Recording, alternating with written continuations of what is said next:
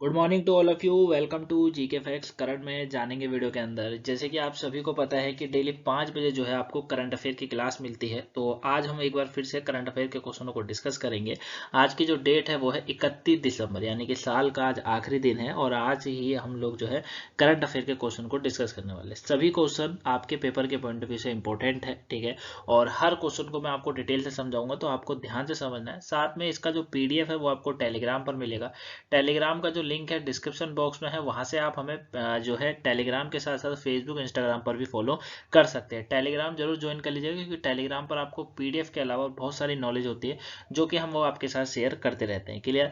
चलिए स्टार्ट करते हैं करंट अफेयर। जानते हैं आज का सबसे पहला क्वेश्चन। फर्स्ट क्वेश्चन है कि G20 डिजिटल इनोवेशन अलायंस है, उसके शिखर सम्मेलन का आयोजन अभी किस शहर में किया जाएगा। तो G20 डिजिटल इनोवेशन अलायंस का जो शिखर सम्मेलन है, इसका जो आयोजन किया जाने वाला है, ठीक है, ये कहां पर किया जाएगा इसके ऊपर पूछा है। तो ये जो है बेंगलुरु के अंदर होगा, ये आपको याद रखना है, ठीक है। बेंगलुरु जो है वहां पर इस सम्मेलन का आयोजन होने वाला है। किसका? डिजिटल इनोवेशन अलायंस, यानी कि G20 डिजिटल इनोवेशन अलायंस है। अब ये आखिर में है क्या, इसको थोड़ा ध्यान से समझिएगा। G20 डिजिटल इनोवेशन अलायंस जो है, इसे जो लॉन्च किया गया है वो किसने करा है, सबसे पहला क्वेश्चन आता है। तो इसे भारत की जो ये G20 प्रेसिडेंसी के तहत केंद्रीय मंत्री हैं अश्विनी वैष्णव। कौन है? अश्विनी वैष्णव। कौन है ये रेल मंत्री है हमारे इस समय के, करंट के, ठीक है। याद रखिएगा, अश्विनी वैष्णव जो है इन्होंने इसको लॉन्च किया है। किसको? डिजिटल इनोवेशन अलायंस को, ठीक है। दूसरी चीज पूछा है क्वेश्चन में, कहां पर हुआ है, किस शहर में किया गया है, तो बेंगलुरु के अंदर किया गया है। अच्छा, डिजिटल इकोनॉमी वर्किंग ग्रुप यानी कि EWG जो है, उसकी बैठक के दौरान ही, किसके दौरान?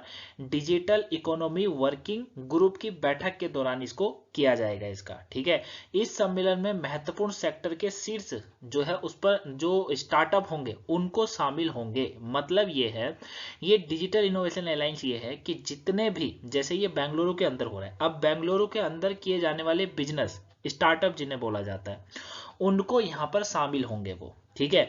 और G20 डिजिटल इनोवेशन अलायंस का उद्देश्य भी यही है कि G20 देशों के साथ साथ गेस्ट राष्ट्र, जो राष्ट्र होते हैं, उनके नई टेक्नोलॉजी और इनोवेशन आइडियाज जितने होते हैं, स्टार्टअप आइडियाज को लेना और उन्हें सक्षम बनाना है। तात्पर्य कहने का ये है कि भैया जहां पर भी इसका इनोवेशन का इसको लॉन्च करा गया, या जहां पर भी इसका आयोजन होगा, वहां पर स्टार्टअप, जितने भी बड़े बड़े स्टार्टअप हैं, एक तो उनके व्यक्ति वहां शामिल होंगे, ठीक है, यानी कि उनके मालिक वहां शामिल होंगे।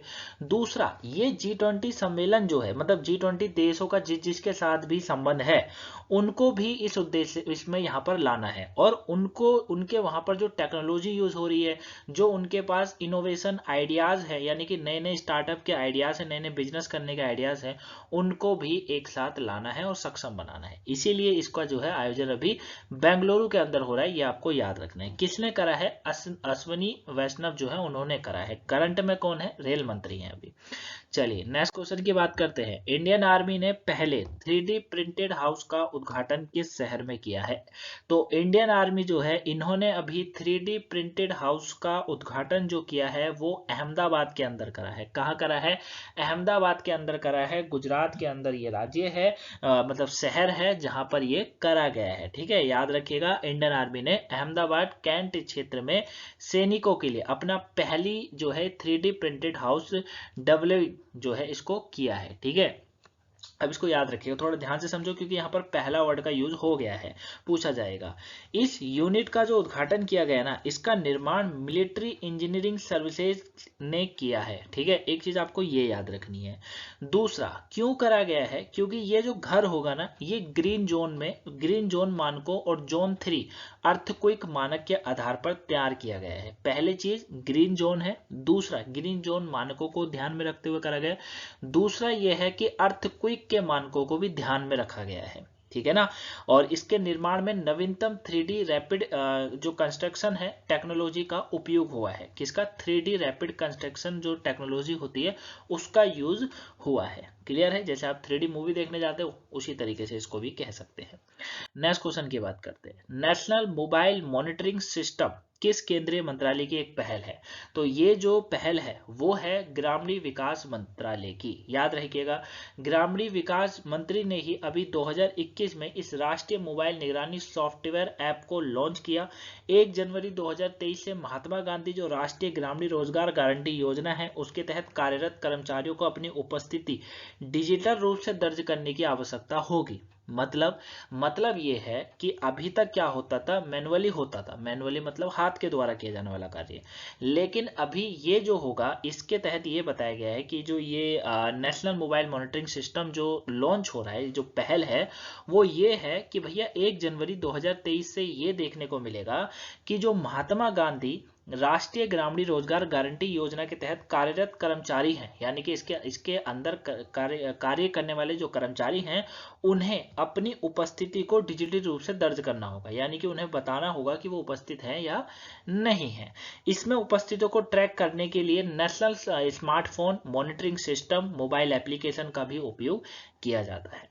क्लियर है? तो ये आपको याद रखना है, क्वेश्चन काफी इंपॉर्टेंट बनता है क्योंकि यहाँ पर दो बन रहे हैं। एक तो आ रहा है महात्मा गांधी राष्ट्रीय ग्रामीण रोजगार योजना के बारे में, क्योंकि ये पूछा जाएगा कि अभी हाल ही में जो है महात्मा गांधी राष्ट्रीय ग्रामीण रोजगार गारंटी योजना के कर्मचारियों के लिए एक रूल बनाया गया था, उस रूल के बारे में बताइए। तो आपको बताना होगा कि भैया इन्होंने नेशनल मोबाइल मॉनिटरिंग सिस्टम बनाया था, केंद्रीय मंत्रालय की एक पहल थी, किसकी?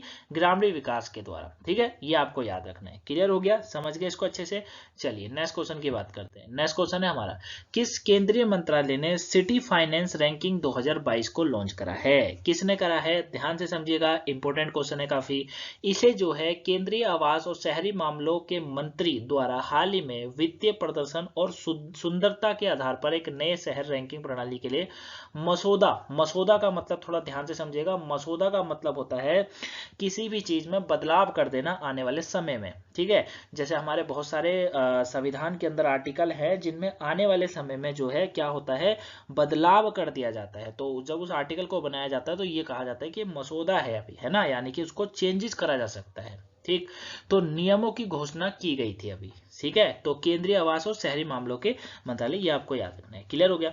अब फाइनेंस रैंकिंग 2022 का जो लक्ष्य है वो शहरी स्थानीय सरकारों के उनके संसाधन जुटाने, खर्च करने के प्रदर्शन और वित्तीय प्रशासन प्रणालियों के आधार पर मूल्यांकन और पुरस्कृत करना है। मतलब इन सब की पूरी तरीके से जांच करना है और बाद में जिस जगह ये अच्छा कार्य हो रखा होगा, शहर हो, स्थानीय सरकारें हो, अगर अच्छा कार्य करा है तो उनको कहीं ना कहीं पुरस्कृत भी करा जाएगा। क्लियर हो गया? तो आई होप आप इसे अच्छे से जाने होंगे। नेक्स्ट क्वेश्चन की बात करते हैं। नेक्स्ट है, रेल मंत्रालय के स्टेशन पुनर्विकास अभियान के तहत घोषित नई योजना का नाम क्या है? बहुत इंपॉर्टेंट है।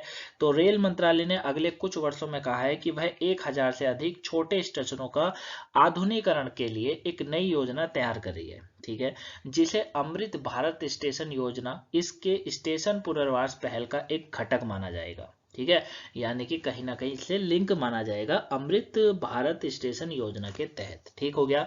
क्या कर रही है रेल मंत्रालय जो है, अगले कुछ वर्षों के अंदर 1000 से अधिक जो छोटे स्टेशन है उनका आधुनिकीकरण करेगा, यानी कि कहीं ना कहीं उन्हें डिजिटल बनाने की प्रयास कर रहा है। क्लियर हो गया? अच्छा, इसकी स्टेशन पुनर्वास पहल का एक घटक इसको कहा गया है किसका? अमृत भारत स्टेशन योजना का, जिसमें रूफटॉप होगा, रूफटॉप प्लाजा जो होता है वो होगा, बड़े बड़े प्लेटफॉर्म होंगे, है ना, और पटरियां जो है उन्हें 5G कनेक्शन दिया जाएगा। ठीक है, यानी कि कहीं ना कहीं आधुनिकीकरण कर देना है। जो आपको पता होगा कि जैसे रेल हो गया या मेट्रो हो गई, तो दोनों में फर्क क्या है कि रेल जो है मतलब जो पुराने हमारे स्टेशन है वो आज भी वही सब वहां पर चल रहा है जो अंग्रेजों के समय का था, कोई बदलाव देखने को नहीं मिलता है। जबकि मेट्रो में जब हम लोग जाते हैं तो हमको वहां पर डिजिटल देखने को मिलता है, यानी कि काफी सुविधाएं देखने को मिलती है। ठीक है ना? ये सब क्यों है? क्योंकि रेल जो है वो आज भी भारत सरकार संभालती है। क्लियर है? और मेट्रो एक प्राइवेट कंपनियां संभालती हैं।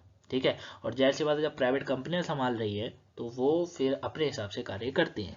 तो सरकार को ये काफी अच्छा लगा कि अभी बेकार नहीं जा रहा है, बेकार नहीं है, जबकि सरकार ने रूल बनाया कि भैया वो स्टेशन जो है ना उनका पुनर्विकास करेगी, उसके लिए अभियान चलाएगी, यानी कि उसका आधुनिकीकरण करेगी, डिजिटली रूप से उनको जो है सक्षम करेगी, जो आज का इंसान चाहता है।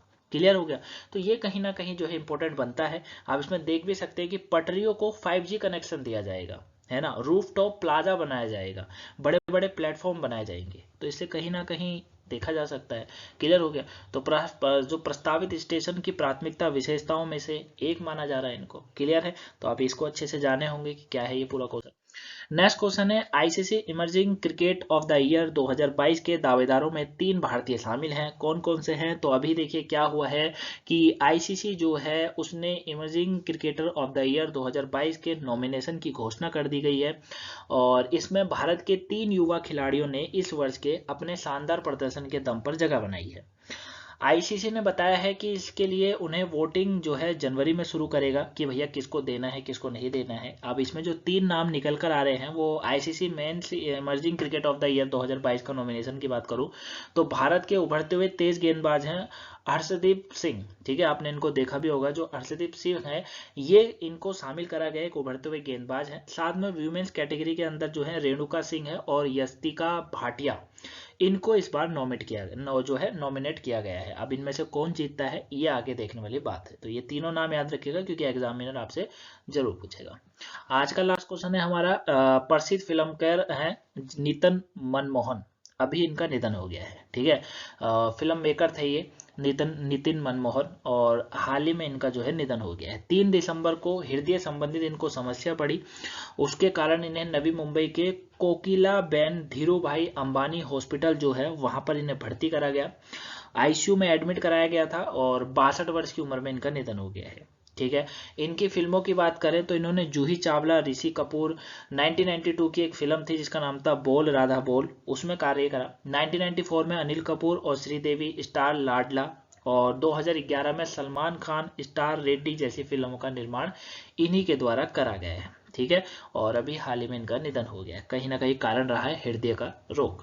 तो आई होप आप सातों के सातों क्वेश्चन को अच्छे से जाने होंगे, आपको समझ आया होगा। वीडियो पसंद आई हो तो लाइक सब्सक्राइब शेयर जरूर करिएगा और सभी वीडियो को कंटिन्यू जरूर देखिएगा। अभी आएगी वोकैबुलरी 8 बजे तो उसे देखना मत भूलिएगा। ठीक है, और कल 7 बजे आपको जो है, शुक्रवार था कल, फ्राइडे था, और कल मैंने जो है आपको 7 बजे नासा और इसरो का कंपेरिजन करके बताया था कि कौन बेस्ट है और कौन नहीं है। अगर वो वीडियो नहीं देखी हो तो उसे भी जरूर देख लीजिएगा। मिलेंगे आपसे नेक्स्ट वीडियो में, तब तक के लिए thank you for watching guys, have a nice day, thanks for watching.